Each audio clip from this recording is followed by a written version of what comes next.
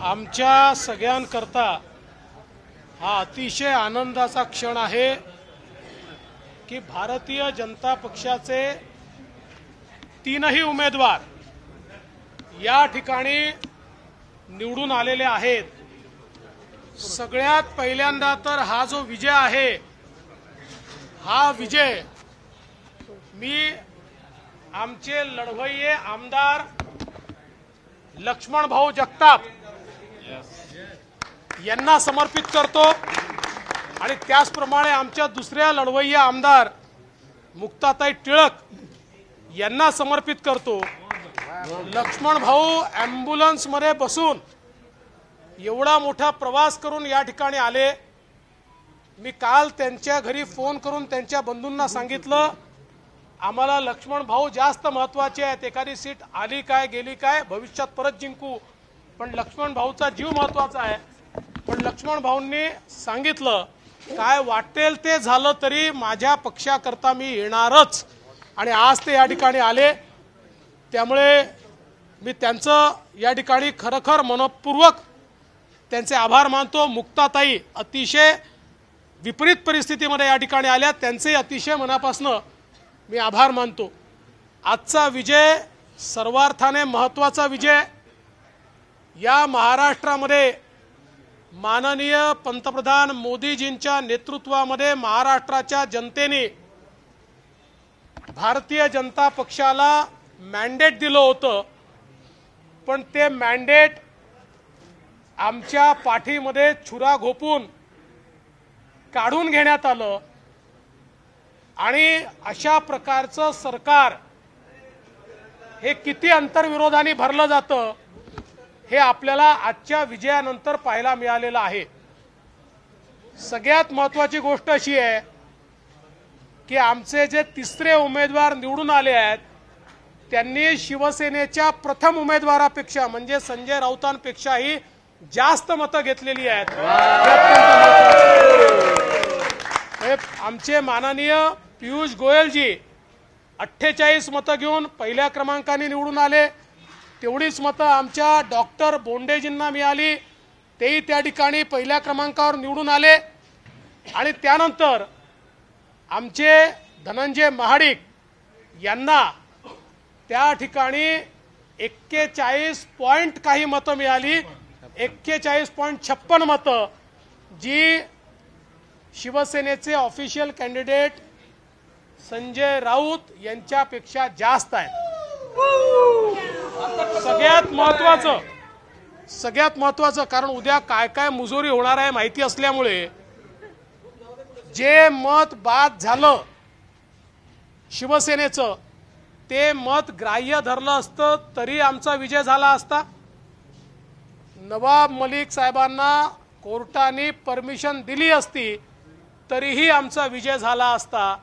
त्यामुळे ह्या कन्व्हिन्सिंग विजय आहे, हा कुठल्याही जोडतोडचा विजय नाही आहे, तर पूर्ण कोटा कंप्लीट करून आम्ही हा विजय मिळवलेला आहे। त्यामुळे मी भारतीय जनता पक्षाच्या सगळ्या आमदारांचं, आम्हाला साथ देणाऱ्या अपक्ष आमदारांचं, आणि जे आमच्यासोबत नव्हते तरीही ज्यांनी आम्हाला मतदान केलं असे अपक्ष आणि छोट्या पक्षाचे जे काही आमदार आहेत अशा सगळ्यांचे मी अतिशय मनापासून आभार मानतो। आणि हा जो काही विजय आहे हा विजय महाराष्ट्राच्या जनतेला समर्पित करतो। पुन्हा एकदा जे स्वतःला महाराष्ट्र समजतात, जे स्वतःलाच मुंबई समजतात, जे स्वतःलाच मराठी समजतात, त्यांना हे लक्षात आणून दिलं या विजयाने की महाराष्ट्र म्हणजे ते नाही, महाराष्ट्र म्हणजे 12 कोटी जनता, मुंबई म्हणजे मुंबईत राहणारी जनता, आणि मराठी म्हणजे आम्ही सगळे या महाराष्ट्रात राहणारे आणि जगभरातले मराठी म्हणजे मराठी। शिवाजी महाराज की जय। आणि मला विश्वास आहे ही जी काही विजयाची मालिका सुरू झाली आहे, मला कोणालाही या विजयाच्या क्षणी कोणाच्याही बद्दल वाईट बोलायचं नाही आहे, कोणालाही खाली दाखवायचं नाही आहे, कोणाचाही उपहास करायचा नाही आहे, पण मी एवढंच म्हणेन विजयाची मालिका सुरू झाली आहे आणि आता ही मालिका अशीच पुढे सुरू राहील. यावेळी विशेषतः आमचे अध्यक्ष चंद्रकांत दादा पाटील ज्यांच्या नेतृत्वामध्ये आम्ही ही निवडणूक लढलो आणि आम्ही सगळ्यांनी मिळून ठरवलं होतं की त्यांचा वाढदिवस असल्यामुळे त्यांना आम्ही जन्मदिवसाची भेट देऊ. ती भेट दादांना आज प्रत्यक्ष कोल्हापूरचा पैलवानच या ठिकाणी भेट स्वरूप आम्ही दिलेला आहे. मी यावेळी आमचे प्रभारी अश्विनी वैष्णवजी यांचेही आभार मानतो. देशाचे रेल्वे आणि IT मंत्री हे ठाण मांडून या ठिकाणी बसले आणि आम्हाला ज्या ज्या काही अडचणी आहेत त्या अडचणींमध्ये त्यांनी मदत केली, म्हणून त्यांचेही आभार मानतो. आणि एका गोष्टीचा विशेष उल्लेख या ठिकाणी करतो की आम्ही पियुष गोयल यांना केवळ खासदार पियुष गोयलांना निवडून दिलं नाही, केवळ मंत्री पियुष गोयलांना निवडून दिलं नाही, तर भारतीय जनता पक्षाचे राज्यसभेचे नेते पियुष गोयल यांना महाराष्ट्रातून आम्ही निवडून पाठवलं, याचा आम्हाला सार्थ अभिमान आहे.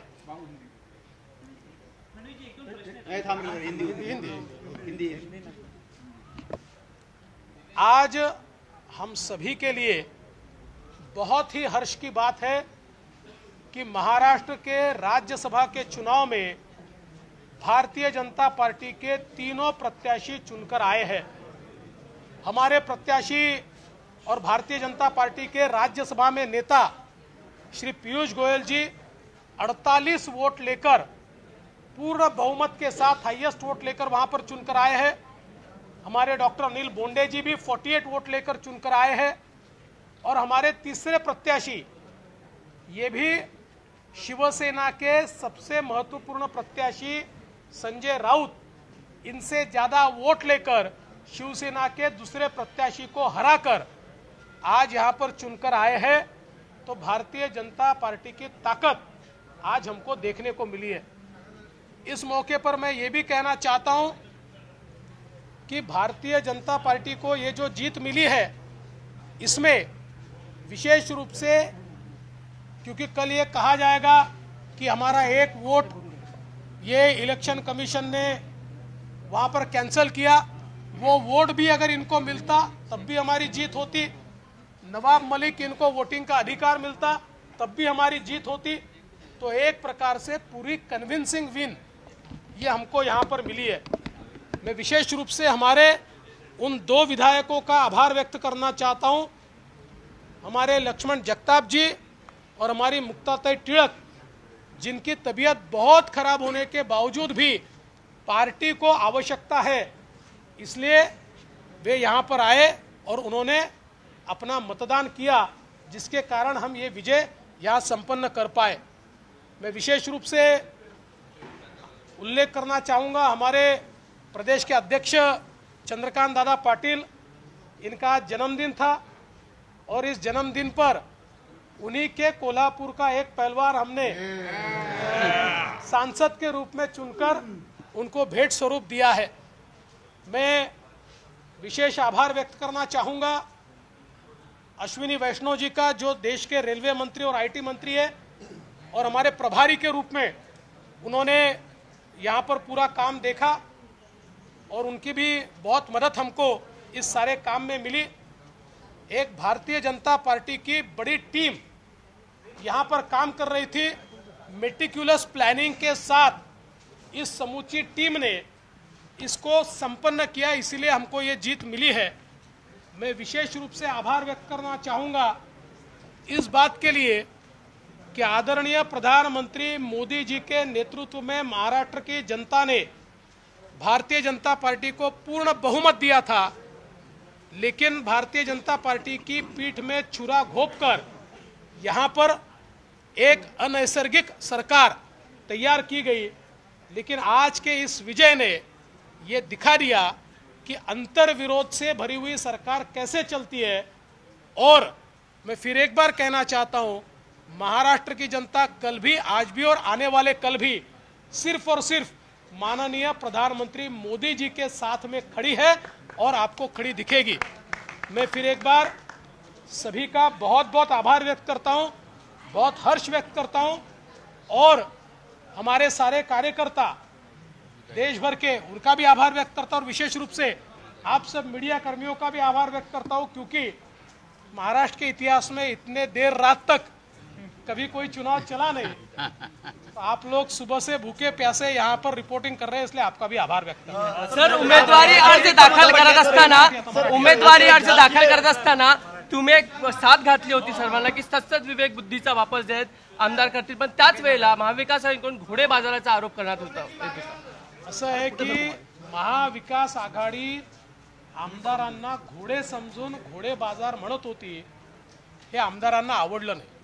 आमदार काही घोडे नाही आहेत, त्यामुळे ज्यांना ते लागलं त्यांची सत्सद विवेक बुद्धी जागृत झाली आणि चांगल्या सत्सद विवेक बुद्धीने त्यांनी आम्हाला मतदान केलं आणि आम्ही जिंकून आलो। मुख्यमंत्र्यांवरचा अविश्वास आहे का? सर आता गोष्ट सुरू आहे, आता आपला विजय नक्की आहे बैठकीचे, काय त्यावर त्यांच्या लक्षात नाही आलं की तो नासका आंबा पडला होता, तो काही पिकलेला आंबा नव्हता, त्याच्यामुळे त्याचं थोडं कन्फ्युजन झालं।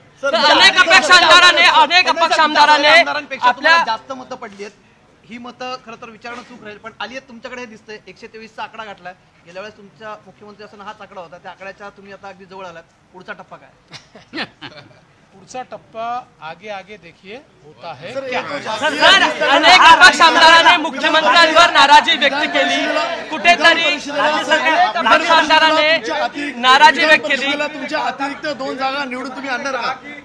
विधान परिषदेकरता आम्ही स्ट्रॅटेजी तयार करतोय, एकदा आमची स्ट्रॅटेजी तयार झाली की त्यानुसार आम्ही निर्णय घेऊ। मुख्यमंत्र्यांवर अनेक अपक्ष आमदार नाराज आहेत। हा राज्य सरकारचा नैतिक पराभव आहे का? हा राज्य सरकारचा नैतिक पराभव असं आहे की नैतिक पराभव तर आहेच, कारण आम्ही 172 आहोत, आम्ही 174 आहोत, आम्ही किती आहोत हे सांगणारे या ठिकाणी पराभूत झाले आहेत। हा 100% त्यांचा नैतिक पराभव। सर, एक महाविकास कहा कि इस महीने 2 जल्लोष करेंगे, 2 पार्टियां करेंगे, एक राज्यसभा जीतने की और एक विधानसभा जीतने की। क्या आपको लगता है कि सिर्फ संख्या बल दिखाने से राजनीति नहीं होती, दिमाग भी चलाना? देखिए, मैं ऐसा नहीं कहूँगा, मैं इतना ही कहूँगा कि अभी भी पार्टी हो सकती है, कोई प्रॉब्लम नहीं है।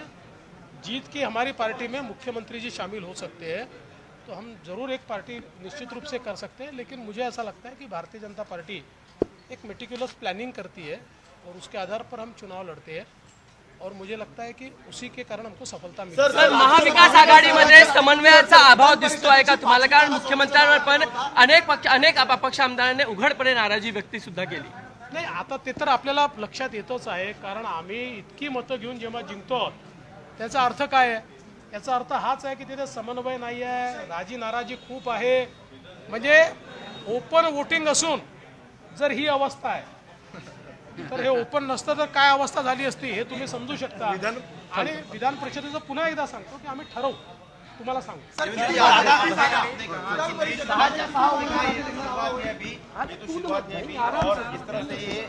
उम्मीदवार हारा है शिवसेना का, पार्टी में अंतर्विरोध है महाविकास आघाड़ी में, तो इसका परिणाम आने वाले दिनों में दिखाई देगा, ऐसा आपको लगता है? देखिए, हम तो पहले दिन से कह रहे हैं ये अंतर्विरोध से भरी हुई सरकार है और ये अंतर्विरोध दिखाई पड़ रहा है, और आगे भी ये अंतर्विरोध दिखाई पड़ेगा। आपको इसका असर हर दिन बढ़ता हुआ दिखेगा। राज्यसभेच्या 30 जागा सांगितल्या होत्या, सोडल्या नाहीत, निवडणूक बिनविरोध झाली नाही, आता विधान परिषदेची बिनविरोध निवडणूक होती, किती जागा सोडाव्या लागतील?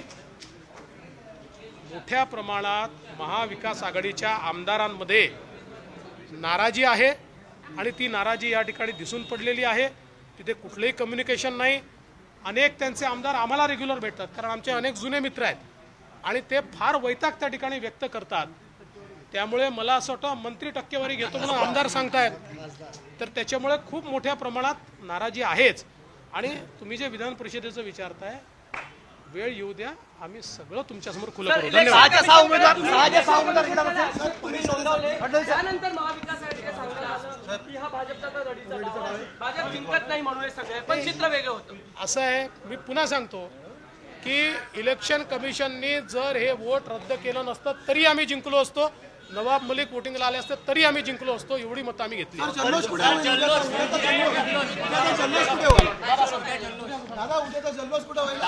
उद्या दुपारी 12 वाजता भारतीय जनता पार्टीच्या प्रदेश कार्यालयात नरिमन पॉइंटला मोठा विजयोत्सव आणि ह्या तिन्ही उमेदवारांचं अभिनंदन करणार आहोत, सत्कार करणार आहोत। आणि एखाद्या वेळेस उद्या दुपारपर्यंत देवेंद्रजी काही ना काही 20 तारखेच्या दृष्टीने सुद्धा सांगू शकतो. सगळ्यांनी बर्थडे गिफ्ट तुम्हाला दिलेला आहे. चंद्रकांत दादा, तुम्हाला बर्थडे गिफ्ट सर्वांनी दिलेला आहे. कैसे होगा जश्न? जश्न हम तो नारे लगाकर दादा तुम्ही तुम्हाला बर्थडे गिफ्ट दादा तुम्ही दादा हम तीनों उम्मीदवार के बिहाफ पे मैं माननीय देवेंद्र फडणवीस जी, हमारे नेता पार्टी के, हमारे पूर्व मुख्यमंत्री और भावी मुख्यमंत्री, उनका, हमारे अध्यक्ष चंद्रकांत दादा पाटिल और जो पूरी टीम इस महत्वपूर्ण काम में लगी थी, उनका तहे दिल से तीनों उम्मीदवार की तरफ से धन्यवाद करना चाहूँगा। और मैं समझता हूँ जिस कुशलता के साथ पूरी पार्टी एकजुट होकर, सभी आमदार, सभी उसमें हमारे कार्यकर्ता जो लगे थे, उन सभी ने ये भी दिखा दिया कि भारतीय जनता पार्टी ही इस प्रदेश में जनता ने चुनी थी। फिर एक बार जनता को मौका मिलेगा और जनता भारतीय जनता पार्टी के साथ खड़ी है। महाराष्ट्र में छल की राजनीति जो शिवसेना ने की, और जिस दिन मैं नामांकन भरने भी आया था, उस दिन भी मैंने यही बात रखी थी कि महाराष्ट्र की जनता दुखी है इस सरकार से। उन्होंने 2019 में भाजपा के प्रधानमंत्री नरेंद्र मोदी जी के लोकप्रियता पे वोट दिया था। मैं स्वयं दक्षिण मुंबई में घूमता था, सब हमें कहते थे कि आपका कैंडिडेट होता तो हम जिताते। हमने कहा नहीं, शिवसेना हमारी मित्र पक्ष है, उसके आप उनको वोट दीजिए, उनको वोट देना यानी मोदी जी को वोट देना। इस छल के साथ वो लोग जीत के उन्होंने पार्टी के साथ संबंध तोड़ा। अब जनता उनको इसका जवाब देगी। मराठ्यांची तळपती तलवार म्हणजे